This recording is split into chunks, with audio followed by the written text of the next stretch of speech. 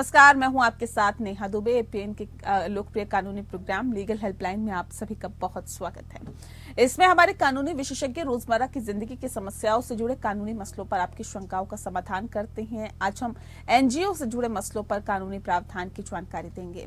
NGO एक गैर सरकारी संगठन है और इसी के रूप में जाना जाता है। ये एक संस्था है जो सरकार के साथ पंजीकृत रहती है और समाज के उत्थान के लिए काम करती है। एनजीओ सांस्कृतिक, धार्मिक, सामाजिक या शैक्षिक क्षेत्र में काम करता है। एनजीओ स्वायत्त निकाय के रूप में कार्य करते हैं और जिनके पास केवल थोड़ा या कोई सरकारी हस्तक्षेप नहीं होता। एनजीओ लाभ कमाने या लाभ साझा करने वाली कंपनियां नहीं है, बल्कि वे हमारे समाज को सशक्त और बेहतर बनाने में मदद करते हैं और समाज की सेवा करते हैं। एनजीओ जनता से योगदान और दान के माध्यम से अपने धन का प्रबंधन करते हैं। ये तो थी खैर बुनियादी जानकारी। एनजीओ से जुड़े तमाम पहलुओं पर विस्तार से जानकारी देंगे। आज हमारे साथ कानूनी विशेषज्ञ जुड़ेंगे, अधिवक्ता परमानंद पांडे जी। पांडे जी, बहुत स्वागत है आपका। तो पांडे जी, आपको एनजीओ से जुड़े हुए तमाम नियम कायदों के बारे में बताएंगे। अगर आपका भी इससे जुड़ा हुआ कोई भी सवाल है तो आप हमें फोन कर सकते हैं और राय ले सकते हैं। तो फोन लाइंस खुली हुई है 01206127 या फिर 01206127 पर भी आप हमें कॉल कर सकते हैं। तो एनजीओ से जुड़ी हुई कानूनी जानकारी अगर आपको चाहिए तो आप हमें फोन कर सकते हैं। फोन लाइंस खुली हुई है। कानूनी सहायता के लिए डायल करें 01206127 या फिर 01206127 पर भी आप हमें कॉल करिए। तो पांडे जी लगातार हमारे साथ जुड़े हुए हैं। पांडे जी, सबसे पहला और महत्वपूर्ण सवाल ये कि एनजीओ संस्था का रजिस्ट्रेशन कैसे किया जाए, क्योंकि एनजीओ के बारे में अमूमन कुछ हद तक जानकारी सभी लोग रखते हैं, लेकिन इसे कैसे रजिस्टर्ड कराया जाए इसके बारे में जानकारी नहीं होती। इसके बारे में बताएं सर। देखिए, आपने ठीक ही कहा कि एनजीओ के बारे में आमतौर पर लोग थोड़ी मोड़ी जानकारी रखते ही जी। एनजीओ का लेकिन खास मतलब होता है कि नॉन गवर्नमेंटल ऑर्गेनाइजेशन, यानी ऐसे संस्था जिसका सरकारी नियंत्रण उन पर कोई नहीं होता है। तो ये सरकारी नियंत्रण अगर नहीं होता तो गैर सरकारी भी होते हैं, गैर सरकारी संस्थाएं होती हैं, तो भी इनका रजिस्ट्रेशन कराना आवश्यक होता है। अब इनका रजिस्ट्रेशन कैसे होता है? तो एनजीओ में खास तौर पर 3 चीजें मानी जाती हैं, एक सोसाइटी और एक ट्रस्ट और कंपनी एक होती है सेक्शन 8 की कंपनी। ये 3 चीजें खासतौर पर एनजीओ के अंतर्गत आती हैं और एनजीओ का काम होता है ये शैक्षणिक क्षेत्र में, सामाजिक क्षेत्र में और इन्हीं चीज में आपको उन्नति करने का, लोगों को जानकारी देने का काम इनका होता है। और शिक्षा और चिकित्सा के क्षेत्र में भी ये कई बार काम करते हैं। तो गैर सरकारी संगठन इन 3-4 क्षेत्रों में काम करते हैं। इनका रजिस्ट्रेशन कराना आवश्यक होता है। तो रजिस्ट्रेशन कराने के लिए अगर आप सोसाइटी एक्ट में जाना चाहते हैं, सोसाइटी का रजिस्ट्रेशन कराएंगे तो रजिस्ट्रार सोसाइटीज के यहाँ होता है। अगर आप ट्रस्ट के रूप में कराते हैं तो ट्रस्ट एक्ट के तहत इसका रजिस्ट्रेशन कराना पड़ता है। अगर सेक्शन 8 कंपनीज एक्ट में कराना चाहते हैं तो इसको कंपनीज एक्ट में रजिस्ट्रेशन कराना पड़ता है।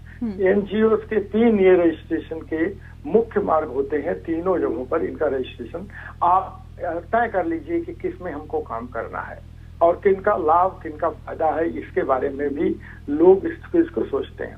अगर रजिस्ट्रेशन अगर सोसाइटीज एक्ट में कराना है तो उसके लिए आपको सोसाइटीज एक्ट में सबसे पहले नाम सोचना पड़ेगा और ऐसा नाम सोचना पड़ेगा जो पहले से कहीं रजिस्टर्ड ना हो। अगर वो रजिस्ट्रेशन उसका हुआ है तो वो रजिस्ट्रेशन आपका नहीं होने पाएगा। रजिस्ट्रार उसको तुरंत ही निरस्त कर देंगे, उसको कह देंगे कि हम रजिस्ट्रेशन नहीं कर सकते हैं। अगर ट्रस्ट के बारे में भी आपको सबसे पहले जरूरी चीज होती है कि आप उसका नाम खोजिए और नाम खोजने के बाद तब आप रजिस्ट्रेशन के लिए प्रक्रिया पूरी करिए, तब जाकर के उसका रजिस्ट्रेशन होता है। यही स्थिति होती है सेक्शन 8 कंपनीज के तहत भी कि आप उसको खोजिए फिर आप रजिस्ट्रेशन का कराइए। देखिए, सोसाइटीज एक्ट में मेन चीज ये होती है, एनजीओ है ना, इसका सोसाइटीज एक्ट में रजिस्ट्रेशन का मुख्य बात ये होती है कि इसमें 7 लोगों का होना जरूरी होता है और ट्रस्ट में कम से कम मतलब 3 लोगों की जरूरत होती है कि 3 लोग रजिस्ट्रेशन का जरूरी है ट्रस्ट के लिए, और कंपनीज एक्ट में 2 लोगों का ही जरूरत होती है, 2 लोग रजिस्ट्रेशन करा सकते हैं। वैसे तो संख्या घटाई तो नहीं जा सकती है, लेकिन बढ़ाई और से जा सकती है। सोसाइटीज में भी, ट्रस्ट में भी और कंपनीज एक्ट में, ये तीनों में संख्या तो बढ़ाई जा सकती है, लेकिन ये न्यूनतम संख्या होती है जिसके लिए आपको देना पड़ेगा, तभी जाकर के इसका रजिस्ट्रेशन होता है। अब अलग अलग चीजों में, जैसे सोसाइटीज के लिए आपको बाइलॉज बनाने पड़ते हैं जी। ट्रस्ट के लिए आपको उसका नियम बनाना पड़ता है कि कैसे रजिस्ट्रेशन, क्या क्या हमारे नियम, किस किस काम में हम फील्ड में काम करेंगे। कंपनीज एक्ट में आपको देखना पड़ेगा कि सेटलर कौन है, कैसे क्या करते हैं वो, उनमें क्या इसका उद्देश्य होगा, किस कार्य के लिए काम करते हैं, ये सारी चीजें आप पेश करेंगे, तभी जाकर के मेमोरेंडम ऑफ एसोसिएशन और मेमोरेंडम ऑफ अंडरस्टैंडिंग 2 चीज होगी, तब जाकर के इसका रजिस्ट्रेशन हो सकता है। यही इसका बेसिक जानकारी। ठीक है, ठीक है। पांडे जी, ये भी बताइए कि किसी राज्य में कोई ट्रस्ट अधिनियम नहीं है तो उस राज्य में 1882 ट्रस्ट एक्ट लागू होता है। ऐसे में ट्रस्ट एक्ट के तहत रजिस्ट्रेशन कैसे करें? देखिए, आपने ये ठीक जानकारी ही भी दे दिया कि अगर उस प्रदेश में कोई एक्ट नहीं है, ट्रस्ट एक्ट नहीं है, तो 1882 के ट्रस्ट एक्ट के तहत ही उसका रजिस्ट्रेशन होगा। इसमें कोई दो राय नहीं है। वही इनकॉर्पोरेट कर लिया जाता है। जहाँ कई चीज ऐसे होते होंगे, ये तो एक जगह नहीं, कानून में ही ऐसा स्थिति है कि बहुत सारी चीजें जब उनका ट्रस्ट आ जाएगा, उनका एक्ट बन जाएगा इस प्रदेश का, तो डॉक्ट्रिन ऑफ इक्लिप्स की बात होती है कि उस चीज पर जो पुराना है उस पर एक रोक लग जाएगी, वो एक ग्रहण लग जाएगा। लेकिन जो अगर वहां पर कुछ नहीं है तो आप 1882 के ट्रस्ट एक्ट के तहत ही उसका रजिस्ट्रेशन कराएंगे।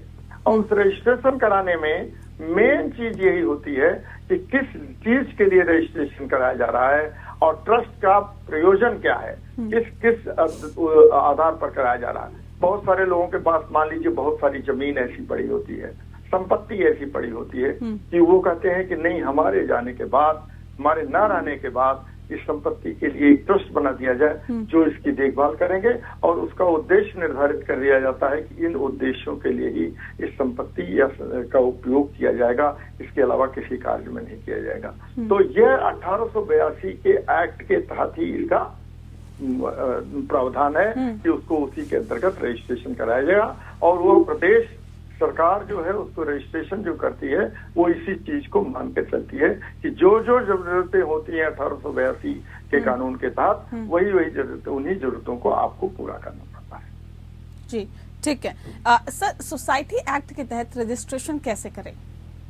हाँ, सोसाइटीज एक्ट मैंने आपसे बताया ना कि सोसाइटीज एक्ट में रजिस्ट्रेशन के लिए कम से कम 7 लोगों की जरूरत होती है। वो अपना एक बाइलाज बताते हैं और बाइलाज में वो उसका एक कानून होता है, वो अपने बाइलाज नियम बना देते हैं कि हमारे ये नियम, हमारे संविधान, बाइलाज का मतलब आप समझिए कि संविधान बनाते हैं, उस संविधान के तहत ही वो कार्य करेंगे।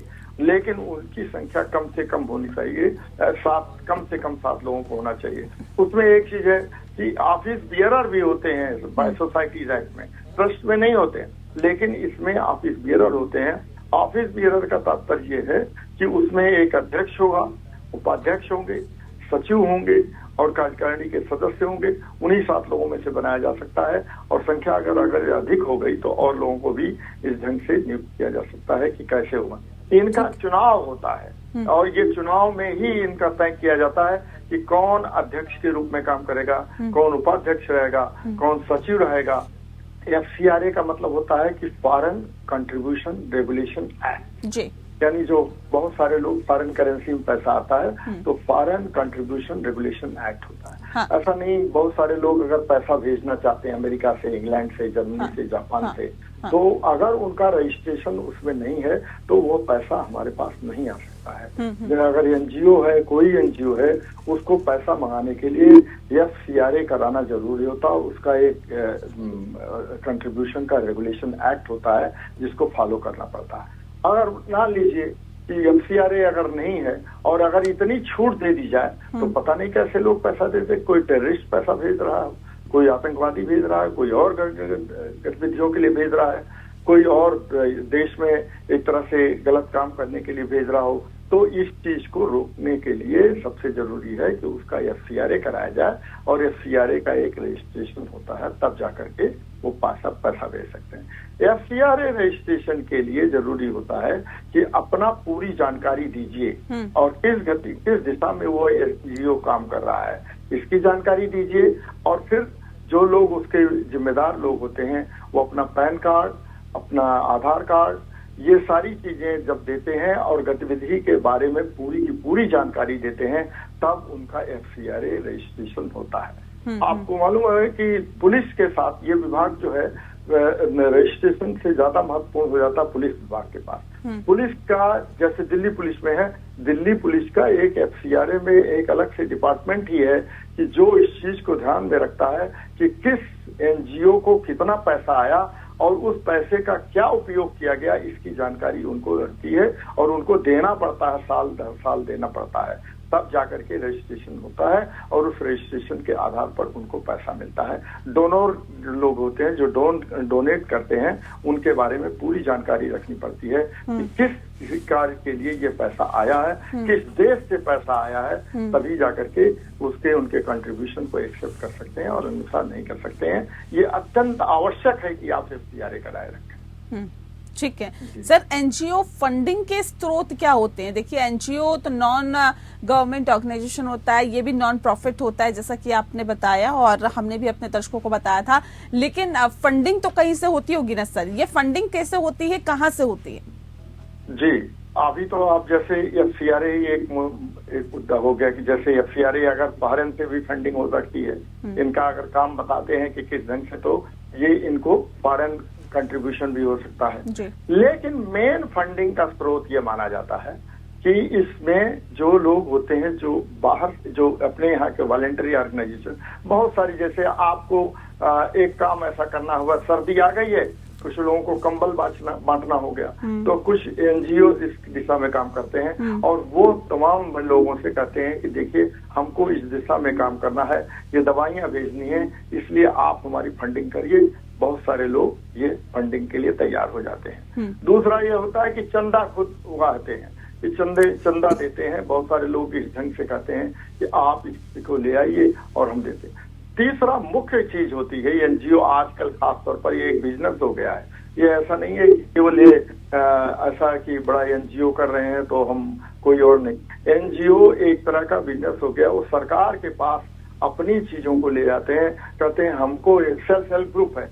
मैं तो कई मुकदमे देख रहा हूँ कि बहुत सारे लोग NGO बना करके महिलाओं की सहायता के लिए सेल्फ हेल्प ग्रुप बनाते हैं और उनको कहते हैं हम लोन देते हैं, 2 लाख 3 लाख रुपया देते हैं, और खास तौर पर देखा जाता है कि वो ऐसा गबन कर जाते हैं NGO बना करके कि वो 10,000 20,000 रुपया महिलाओं को देते हैं, बाकी पैसा खुद हड़प जाते हैं। तो ऐसी स्थिति है कि ये सरकार का तरफ से बहुत पैसा उनको मिलता है। एक तो ये स्रोत हो गया, दूसरा ये उद्योगपति और दानदाता लोग होते हैं जो इस चीज को देते हैं। तीसरा स्रोत ये हुआ कि चंदे का स्रोत हो गया। चौथा ये FCRA का स्रोत हो गया। इसी तरह से इस तमाम स्रोतों को मिला करके NGO अपना कार्य करते हैं। जी ठीक है सर, किसी NGO के GST रजिस्ट्रेशन के बारे में बताइए कि कैसे GST रजिस्ट्रेशन कराया जाता है? देखिए, पहले तो ये दिखाना पड़ेगा कि वो किस काम में लगे हुए हैं। GST तो तभी होगा ना कि आप किस कार्य में लगे हुए हैं, तब जाकर के उसका GST का रजिस्ट्रेशन होता है। GST में आपको बताना होता है कि कितना पैसा आपको मिला है और कितना पैसा कहाँ खर्च हुआ है। तो इसकी पूरी जानकारी आप देंगे तभी GST का रजिस्ट्रेशन हो जाएगा। पूरा का पूरा इसकी जानकारी देनी पड़ती है।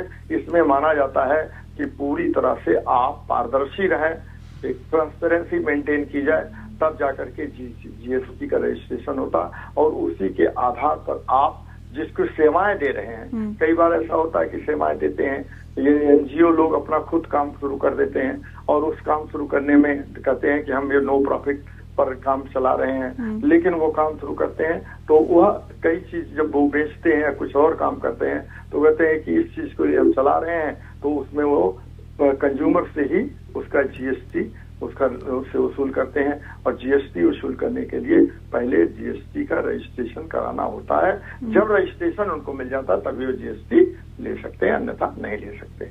जी ठीक है सर, एक एनजीओ को किस दर पर प्रोफेशनल टैक्स देना पड़ता है? एनजीओ के प्रोफेशनल टैक्स के बारे में तो अभी कुछ ऐसा खास बात नहीं है कि वो एनजीओ को किस दर पर प्रोफेशनल टैक्स देना पड़ता है। सामान्य तौर पर यह देखा जाता है कि एनजीओ जो है प्रोफेशनल टैक्स से मुक्त होते हैं। ये इनका तमाम सारे एनजीओ की स्थिति होती है कि वो प्रोफेशनल टैक्स ना के बराबर ही देते होंगे। कोई चीज अगर ऐसी घटना आ गई तो वो दे देते हैं, अन्यथा एनजीओ में प्रोफेशनल टैक्स की कोई दर नहीं है, कोई दर नहीं है कि इसके आधार पर ये प्रोफेशनल टैक्स देंगे, क्योंकि एनजीओ का कहना होता है कि हम नो प्रॉफिट नो लॉस पर अपना कार्य शुरू कर रहे हैं, काम करते हैं, इस नाते हमको टैक्स देने की जरूरत नहीं है। अन्य और भी चीज आप देखिएगा कि एनजीओ अगर मान लीजिए बहुत ज्यादा कमाई भी कर लेते हैं तो इनको एग्जेम्पशन मिलता है इनकम टैक्स से। इनकम टैक्स मान लीजिए 25 लाख 50 लाख रुपए इन्होंने कमाई कर लिया है या दान में इनको पैसा मिल गया, तो भी इनको ये छूट मिले रहती है कि ये अपने पैसे का उपयोग उसी कार्य में करेंगे जिस कार्य के लिए इनका संविधान कहता है। इसलिए इनको एग्जेम्पशन होता है इनकम टैक्स से भी। इस नाते ये कहा जा सकता है कि एनजीओ को कोई टैक्स देना नहीं पड़ता है। ठीक है सर, बहुत शुक्रिया आपका परमानंद पांडे जी। आपने बहुत ही विस्तार से, बहुत तफसील से हमारे दर्शकों को एनजीओ के बारे में बताया, ये भी बताया क्या इनका काम होता है, कैसे करती है एनजीओ काम, और साथ ही साथ इसका रजिस्ट्रेशन कैसे कराना होता है, ये भी बताया कि इसकी फंडिंग कहाँ से आती है और कैसे आप आगे जीएसटी से इसको कैसे अलग रखा जाता है। तमाम बारे में आपने बहुत विस्तार से हमारे दर्शकों को जानकारी दी, इसके लिए आपका बहुत बहुत शुक्रिया। इसी के साथ लीगल हेल्पलाइन में फिलहाल के लिए इतना ही। नमस्कार।